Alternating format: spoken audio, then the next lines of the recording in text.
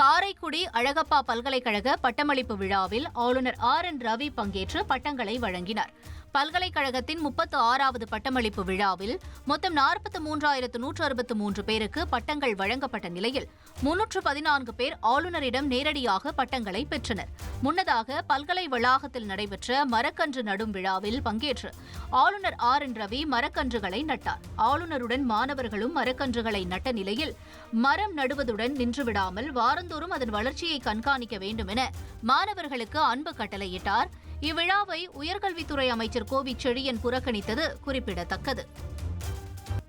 சிவகங்கை மாவட்டம் திருப்பத்தூர் அருகே உள்ள உலக புகழ்பெற்ற பிள்ளையார்பட்டி கற்பக விநாயகர் கோயிலில் சதுர்த்தி விழா கொடியேற்றத்துடன் துவங்கியது.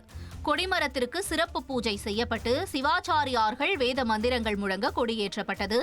விநாயகர் சதுர்த்தியை முன்னிட்டு சதுர்த்தி பெருவிழா தொடர்ந்து 10 நாட்கள் நடைபெறும் என்பது குறிப்பிடத்தக்கது.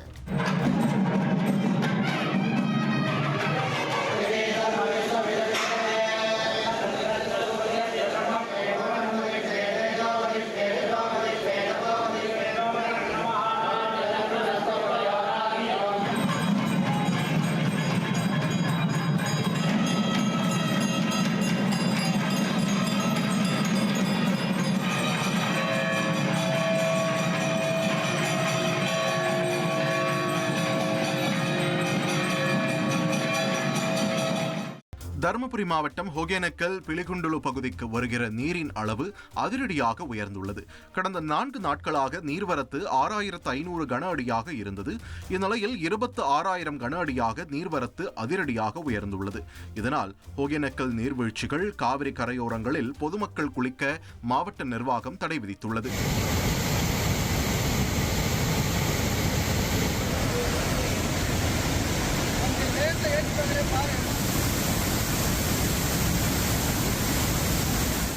கர்நாடக அணைகளில் இருந்து வினாடிக்கு 60,000 கன அடி நீர் திறந்துவிடப்படுவதால் மேலும் நீர்வரத்து உயரும் என்று கூறப்படுகிறது.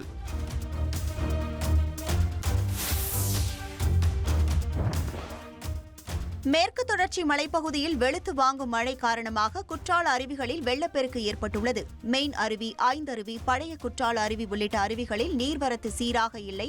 பாதுகாப்பு வளைவை தாண்டி பேரிரைச்சலோடு தண்ணீர் கொட்டுவதால் சுற்றுலா பயணிகள் குளிக்க தடை விதிக்கப்பட்டுள்ளது.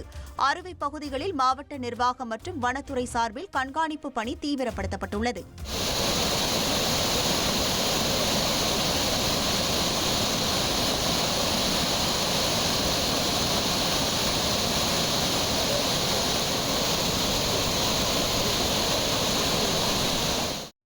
உங்கள் தந்தி ஒன் தொலைக்காட்சியில் அண்ணாமலை தினமும் மதியம் 12 மணிக்கு காணத் தவறாதீர்கள்.